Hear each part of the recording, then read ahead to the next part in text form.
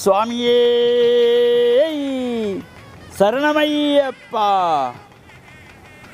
கார்த்திகை மாதம் மாலை அணிந்து நேர்த்தியாகவே விரதமிருந்து பார்த்த சாரதியின் மைந்தனே உன்னை பார்க்க வேண்டியே தவமிருந்து இருமுடி எடுத்து எருமேலி வந்து ஒரு மனதாகி பேட்டை துள்ளி அருமை நண்பராம் பாபரை தொழுது ஐயனின் அருள்மலை ஏறிடுவா. சுவாமியே ஐயப்போ ஐயப்போ சுவாமியே சுவாமியே ஐயப்போ ஐயப்போ சுவாமியே. சுவாமி சரணம். மேன்மைகள் சைவநீதி விளங்குக உலகமெல்லாம். நோயற்ற வாழ்வே குறைவற்ற செல்வம். அந்த நோய் நொடி இல்லாத வாழ்வு இந்த உலக மக்கள் எல்லோரும் வாழ வேண்டும் என்று கலியுகத்தின் காந்தமலை ஜோதியாகிய சபரிமலை சுவாமி ஐயப்பனுடைய திருவடிகளை சிறந்தாழ்த்தி டான் தமிழொலி ஓம் தொலைக்காட்சி நேயர்கள் அனைவருக்கும் சர்வதேச இந்து மத குறிப்பிடம் அகில இலங்கை சபரிமலை ஸ்ரீ சாஸ்தாபுரத்தின் சார்பில் இனிய வணக்கங்களும் நல்லாசிகளும். இன்றும் மங்களகரமான குரோசி வருஷம் கார்த்திகை மாதம் 23ஆம் நாள் 8/12/2024 ஞாயிற்றுக்கிழமை. இன்று மலர்ந்திருக்கின்ற இன்றைய பொழுதும் நம் எல்லோருடைய வாழ்விலும் எல்லா விதமான சிறப்புகளும் வெற்றிகளும் கிடைக்க வேண்டும் என்று இறைவனை பிரார்த்தித்து இன்று பானுவாரம் என்கின்ற ஞாயிற்றுக்கிழமை அதிகாலையிலே சூரிய பகவானை வழிபாடு செய்வதற்கு ஒரு சிறந்த நாள். நமக்கு பொதுவாக இந்த நரம்பு சம்பந்தமான நோய்களிலிருந்து நாம் விடுபட வேண்டுமாக இருந்தால் அதிகாலையிலே சூரியன் உதிக்கின்ற பொழுது தினந்தோறும் வழிபாடு செய்வது சிறப்பு. முடியாதவர்கள் இந்த ஞாயிற்றுக்கிழமை மட்டுமாவது அதிகாலையிலே சூரியன் உதிக்கின்ற பொழுது பிரார்த்தனை செய்கின்ற பொழுது நரம்பு சம்பந்தமான நோய்களை தீர்க்கக்கூடிய சக்தி அந்த சூரியன் உதிக்கின்ற பொழுது சூரியனிடத்திலிருந்து வருகின்றதாகிய அந்த கதிர்களுக்கு உண்டு. சூரியன் உதிக்கின்ற பொழுது சூரியனை சுற்றி செந்நிறத்திலே சிகப்பு நிறத்திலே வட்ட வடிவத்திலே கதிர்கள் தோன்றும். அந்த கதிர்கள் உடம்பிலே படுகின்ற பொழுது நரம்பு சம்பந்தமான நோய்களை தீர்க்கக்கூடிய சக்தி இந்த பிரத்யட்ச தெய்வமாகிய சூரியனுடைய வழிபாட்டிலே இருக்கிறது. இதை முன்னோர்களெல்லாம் இந்த சூரிய நமஸ்காரம் என்று செய்து கொள்வார்கள். அவ்வாறு சிறந்த நாள் இன்றைய தினம். அதேபோல் இன்று புத்தளம் மாவட்டம் முந்தல் கருங்காலிச்சோலை ஸ்ரீ கல்யாண முருகன் தேவஸ்தானத்திலே கோவில் கொண்டுள்ள பரிவார மூர்த்தியாக இருக்கின்ற 18 படிகளோடு கூடிய சபரிமலை சுவாமி ஐயப்பன் ஆலயத்தினுடைய பஞ்சகுண்ட பக்ஷ பிரதிஷ்டா மகா கும்பாபிஷேகம் இன்று ஞாயிற்றுக்கிழமை சதய நட்சத்திரம் கூடிய காலை 6:12 முதல் 7:12 வரை உள்ள தனு லக்ன சுப முகூர்த்தத்திலே மகா கும்பாபிஷேகம் சிறப்பாக நடைபெறுவதற்கு திருவிழா கூட்டியிருக்கின்றது. சப்தமி திதியோடு கூடியதாக இந்த காலை வேளையிலே 6:12 முதல் 7:15 வருகின்ற தனுலக்ன சுப முகூர்த்தத்தில் மகா கும்பாபிஷேகம் நடைபெற்று தொடர்ந்து தசமங்கள தரிசனத்தோடு இந்த பூஜை வழிபாடுகள் சிறப்பாக நடைபெற இருக்கின்றன. அதேபோல் சபரிமலை சுவாமி ஐயப்பனுடைய பூஜைகள் வழிபாடுகள் நாடளாவிய ரீதியிலே உலகளாவிய ரீதியிலே நடைபெற்று கொண்டிருக்கின்றன. அந்த பூஜை வழிபாடுகளும் கலந்து இறையருளையெல்லாம் பூர்ணமாக பெற்று மண்ணில் நல்ல வண்ணம் வாழ டான் தமிழொலி ஓம் தொலைக்காட்சி நேயர்கள் அனைவருக்கும் சர்வதேச இந்து மத குறிப்பிடம் அகில இலங்கை சபரிமலை ஸ்ரீ சாஸ்தாபுரத்தின் சார்பில் நல்ல ஆசிகளை கூறிக்கொள்வதில் மன மகிழ்வு கொள்கிறோம். சர்வே ஜனாக சுகினோம் பவந்து சமஸ்த சன்மங்களானி சந்து. ஓம் சுவாமியே சரணமையப்பா. சுவாமி சரணம்.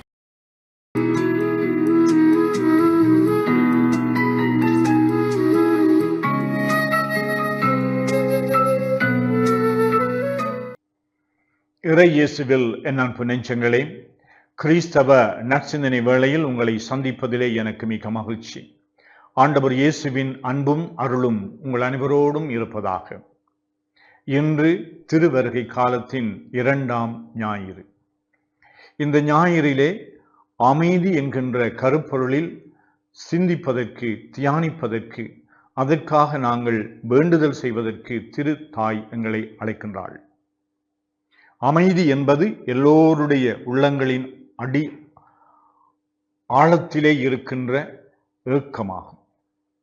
அமைதியோடு வாழ வேண்டும், நிம்மதியோடு வாழ வேண்டும், துன்ப துயரங்கள் இல்லாமல் வாழ வேண்டும், சுக சேமங்களோடு வாழ வேண்டும், எங்களுடைய வாழ்வின் தேவைகளை எல்லாம் நிறைவு செய்த ஒரு மன திருப்தியோடு வாழ வேண்டும். யுத்தம் இல்லாததுதான் அமைதி என்பதல்ல. இங்கு கலவரங்கள், வன் செயல்கள் இல்லை என்று சொன்னால் அமைதி பிறந்து விட்டதென்றல்ல. திரு விவிலியத்திலே அமைதி ஷலோம் என்று சொல்லுகின்ற பொழுது நல் உறவினுடைய ஒரு நிலைப்பாடுதான் அமைதி என்று சொல்லப்படுகின்றது. ஆண்டவர் இயேசுவினுடைய பிறப்பினால் இந்த உலகத்திற்கு அமைதி கிடைக்கும், அமைதி பிறந்து விட்டது என்றெல்லாம் வானதூதர்கள், தேவதூதர்கள் பாடினார்கள் என்று நற்செய்தி கூறுகின்றது. லூக்கா நற்செய்தியாளர் தன்னுடைய நற்செய்தியை கொடுக்கின்ற பொழுது ஒரு அமைதியின் நற்செய்தியாக, அந்த அமைதியினால் பிறக்கின்ற மகிழ்ச்சி இந்த உலகம் முழுவதும் கிடைக்க வேண்டும் என்று நற்செய்தியை நம்பிக்கின்றார்.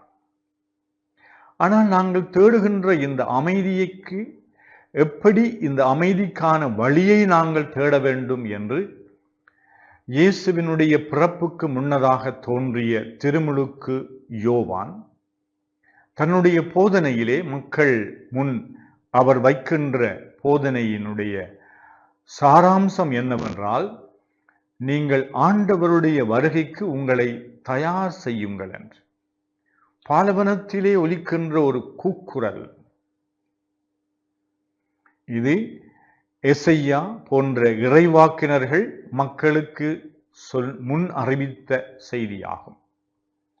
கடவுள் வரப்போகின்றார், இந்த உலகத்திலே அவர் தோன்றப் போகின்றார், அவர் மனித உடல் எடுத்து எங்களோடு இரண்டர கலக்கின்றார் என்றால் அவர் அந்த தெய்வீக இயல்பை எங்களோடு அவர் பகிர்ந்து கொள்ள விரும்புகின்றார். கடவுளுடைய இயல்பு ஒளி, அருள், அமைதி, மகிழ்ச்சியாகும். எனவே இந்த நாட்களிலே நாங்கள் கிறிஸ்துமஸுக்காக எங்களை தயார் செய்ய தூண்டுதல் தருகின்ற இந்த காலத்திலே எங்களுடைய உள்ளத்தின் ஆழத்திலே உண்மையான அமைதி பிறக்க வேண்டும் என்றால், எங்களுடைய இந்த அமைதிக்கான சூழலை அமைப்பதற்கான தடைகளாக என்ன இருக்கின்றன?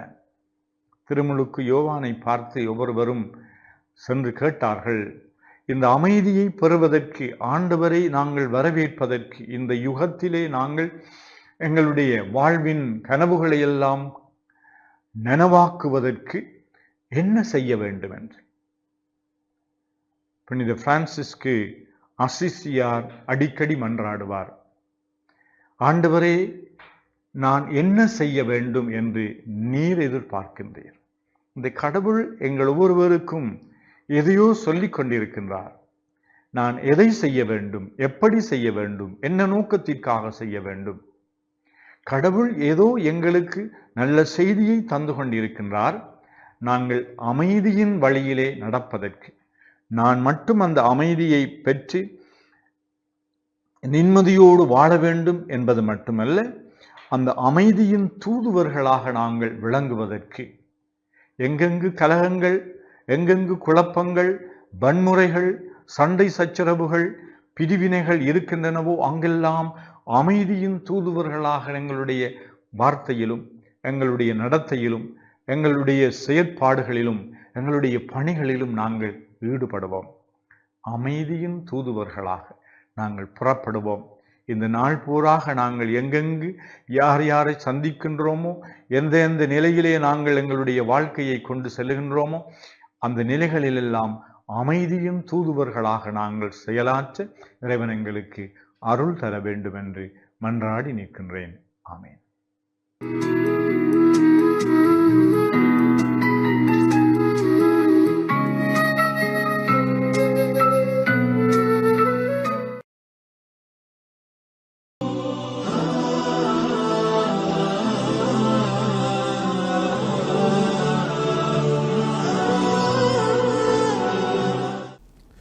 அல்ஹம்துலில்லாஹி ரப்பில் ஆலமீன் வஸ்ஸலாத்து வஸ்ஸலாமு அலா முஹம்மதின் ஸல்லல்லாஹு அலைஹி வஸல்லம் வ அலா ஆலிஹி வஸஹ்பிஹி அஜ்மஈன் அம்மா பாத்.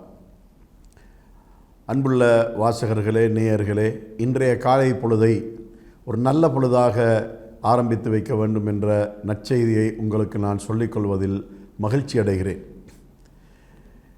எல்லா சமயங்களும் மனித சமுதாயத்துக்கு போதிக்கக்கூடிய ஒரு நல்ல பண்பாடு தான் பிறர் மீது பொறாமை கொள்ளக்கூடாது. பொறாமை என்பது மனித சமுதாயத்தில் இருக்கின்ற தீய பழக்க வழக்கங்களிலே மிக மோசமான ஒரு பழக்கம். அதே நேரத்தில் நடைமுறையிலும் கூட இந்த பொறாமையால் சமுதாயத்துக்கு நஷ்டம்தான் ஏற்படுமே அல்லாமல் எந்த விதமான நன்மையும் ஏற்படக்கூடிய வாய்ப்பு இல்லை. அதனால் இஸ்லாமிய மார்க்கம் என்பது பொறாமை கொள்ளுதல் என்ற இந்த செயலை மிக மோசமாக கண்டிக்கக்கூடிய ஒன்றாக இந்த இஸ்லாமிய மார்க்கம் இருந்து கொண்டிருக்கின்றது. ஏனென்றால் இந்த பொறாமை கொள்வதனால் அடுத்தவர்களை விட எந்த வகையிலும் நாம் உயர்வடைந்து விட முடியாது. எப்பொழுதும் நமது உள்ளங்கள் செத்த உள்ளங்களாக, நமது உள்ளங்கள் பிறர் துர்நாற்றம் அடைக்கக்கூடிய உள்ளங்களாகத்தான் நம்முடைய உள்ளங்கள் இருக்கும். அத்தகைய தீய செயலிலிருந்து நமது சமுதாயத்தை நாம் பாதுகாத்து கொள்ள வேண்டும். திருமறை குர்ஆனிலே அல்லாஹு தஆலா சொல்லுகின்ற அந்த நேரத்திலே இந்த பொறாமை என்பதை பற்றி சொல்லும்போது அல்லாஹ் சொல்லி காட்டுகின்றான், அம் யஹ்சுதுன நாஸ அலா மா ஆத்தாஹுமுல்லாஹ் மின் ஃபத்லிஹி. அல்லாஹு தஆலா தன்னுடைய அருட்கொடைகளிலிருந்து யாருக்கெல்லாம் கொடுக்கின்றானோ அதனை பார்த்து இவர்கள் எதற்காக பொறாமை கொள்கிறார்கள் என்று பொறாமைக்காரர்களை பற்றி அல்லாஹ் தனது திருமறை குர்ஆனிலே சொல்லி காட்டுகின்றான். அதனால் இறைவன்தான் மனிதனுக்கு கொடுக்கிறானே அல்லாமல் மனிதனுடைய சக்தியை கொண்டு எதுவும் அவனுக்கு கிடைப்பதில்லை. அதனால் இறைவன் என்ன சொல்கிறான்? நான் கொடுக்கிறேன். நான் கொடுக்கும்போது அதை பெற்றுக்கொள்ளக்கூடியவனுக்கு அதை எடுத்துக்கொள்வதற்கு உரிமை இருந்து கொண்டிருக்கின்றது. அந்த நேரத்திலே அவனுக்கு கிடைப்பதை பார்த்துவிட்டு வேறொருவன் அதற்காக ஏன் பொறாமை கொள்ள வேண்டும்? அவர்களும் என்ன செய்ய வேண்டும் என்றால் அதே இறைவனிடத்திலே அதுபோல தனக்கும் தருமாறு கேட்க வேண்டுமே அல்லாமல் அந்த இறைவனால் கொடுக்கக்கூடியதை பெற்றுக்கொள்ளக்கூடியவர்கள் அடையக்கூடிய உயர்வை பார்த்துவிட்டு அதற்காக பொறாமை கொள்வதை இறைவன் தடுக்கின்றான். இதனால் எந்த நன்மையும் ஏற்படக்கூடிய வாய்ப்பும் இல்லை. பொறாமையின் மூலமாக அடுத்தவனுக்கு நாம் தீங்கு செய்வதனால சமுதாய ரீதியாக நஷ்டம் ஒன்று ஏற்படுவதை பார்க்கின்றோம். உதாரணத்துக்கு ஒருவன் வியாபாரத்திலே முன்னேறி கொண்டிருக்கின்ற நேரத்திலே பொறாமையின் காரணமாக அவனை வீழ்த்துவதற்கு முயற்சி செய்தால் அவனும் வீழ்ந்து விடுகிறான். அவனை வீழ்த்துகின்ற இவனும் வீழ்ந்து விடுகின்றான். சமுதாயத்துக்கு கிடைக்கக்கூடிய பொருளாதார ரீதியான உயர்வும் இல்லாமல் மக்கள் நஷ்டத்துக்கு ஆளாகி விடுகின்றார்கள். அவனிடத்திலே தொழில் புரிகின்றவர்களும் நஷ்டத்துக்கு ஆளாகி விடுகின்றார்கள். அவனால் உதவி பெறக்கூடிய மக்களும் துன்பத்துக்கு ஆளாகி விடுகின்றார்கள். இதனால் பொறாமையின் காரணமாக ஒருவனை வீழ்த்துவதால் சமுதாயத்துக்கு நஷ்டமே அல்லாமல் எந்த இலாபமும் இல்லை. நபிகளார் ஸல்லல்லாஹு அலைஹி வஸல்லம் அவர்கள் பொறாமை விஷயத்திலே ஒரே ஒரு செய்தி சொன்னார்கள். அதாவது 2 விஷயத்தில் மட்டும் பொறாமை கொள்ளலாம், அதை தவிர வேறு எதிலும் பொறாமை கொள்ளக்கூடாது என்று சொல்லிவிட்டு அந்த 2ஐயும் சொன்னார்கள். ஒருவனுக்கு நிறைய செல்வம் இருக்கின்றது, அதனை கொண்டு அவன் மக்களுக்கு நிறைய பொருளாதார ரீதியாக உதவி செய்து நன்மை அடைந்து கொண்டிருக்கின்றான் என்பதை கண்டுவிட்டால் அதை காணக்கூடிய ஒருவன் என்ன முடிவுக்கு வர வேண்டும் என்றால், நானும் இவனை போன்று அதிகமான பொருளாதாரத்தை தேட வேண்டும், இவன் செய்கின்ற இதே மாதிரியான நன்மையான காரியங்களை இவனை விட நான் அதிகமாக செய்ய வேண்டும் என்ற எண்ணத்தோடு அவன் பொறாமை கொள்ள முடியும். அதே போல ஒரு அறிவாளியை பார்த்து பொறாமை கொள்ள முடியும். எப்படி? ஒருவன் அறிவு ரீதியாக முன்னேற்றமடைந்து சமுதாயத்திலே மிகப்பெரிய ஒரு அந்தஸ்தை அடைந்து கொண்டிருக்கின்ற அந்த காட்சியை பார்த்துவிட்டால் இவனைப் போல அல்லது இவனை விட அதிகமாக நானும் கற்க வேண்டும், நானும் இவனை விட சிறந்த பதவிகளை அடைய வேண்டும் என்று ஒரு எண்ணம் கொண்டு அவன் பொறாமை கொள்ள முடியும். இதனை நபி அவர்கள் பொறாமை என்று எதற்காக சொன்னார்கள் என்றால், இது ஒரு போட்டி மாதிரியான ஒன்று என்பதனால்தான் இதற்கு பொறாமை என்ற ஒரு கருத்தை சொன்னார்களே அல்லாமல், யதார்த்தமாக பார்த்தால் இது பொறாமை அல்ல. இது அடுத்தவனை விட தன்னை ஊக்கப்படுத்தி முன்னேற்றத்தை காணுவது என்பதுதான் இதனுடைய யதார்த்தம் என்பதை நாம் விளங்க வேண்டும். இதை தவிர உள்ள வேறு எந்த காரணங்களிலும் எவருடனும் நாம் பொறாமை கொள்ளக்கூடாது. பொறாமை நமக்கு வீழ்ச்சியைத்தான் ஏற்படுத்துவே அல்லாமல் ஒரு நாளும் உயர்வை ஏற்படுத்த மாட்டாது என்பதை நாம் கவனத்தில் கொண்டு பிறர் செய்யக்கூடிய, பிறர் அடையக்கூடிய உயர்வுகளை பார்த்து நாம் மகிழ்ச்சி அடைந்து அவருக்காக இறைவனிடம் பிரார்த்தனை செய்கின்ற நட்பண்புடையவர்களாகவே நம்மை ஆக்கிக் கொள்ள வேண்டும். இதனையே நமது சந்ததிகளுக்கும் சிறார்களுக்கும் மாணவ மாணவிகளுக்கும் நாம் உணர்த்த வேண்டும் என்பதை கூறி இந்த காலை பொழுதிலே உங்களிடமிருந்து விடைபெறுகிறேன். வாஹிர் தஅவானா அனில் ஹம்துலில்லாஹி ரப்பில் ஆலமீன்.